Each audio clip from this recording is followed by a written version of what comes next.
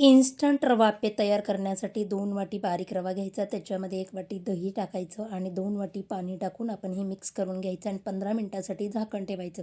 15 मिनिटानंतर छान असा आपला रवा भिजलेला आहे. इडलीच्या बॅटरसारखं आपलं बॅटर झालेलं आहे. आता त्याच्यामध्ये चवीनुसार मीठ आणि 1 चमचा इनो टाकून आपण हे मिक्स करून घेऊया. आता आप्पे पात्राला तेल लावून आपण त्याच्यामध्ये आप्पे टाकून 5 मिनिटासाठी वाफ देणार आहोत. 5 मिनिटानंतर झाकण काढून हे आप्पे आपण पलटी मारून घेऊया. छान असे क्रिस्पी आपले आप्पे तयार झालेले आहेत. आता आपण त्यासाठी चटणी तयार करणार आहोत. चटणीसाठी पाववाटी शेंगदाणे, भरपूर सारी कोथिंबीर, 2-3 लसूण पाकळ्या, अर्धा इंच आलं, कढीपत्त्याची काही पाने, 1 चमचा साखर, 1 चमचा लिंबाचा रस, चवीनुसार मीठ टाकून आपण हे मिक्सरला फिरवून घेणार आहोत. आपली चटणी तयार झालेली आहे.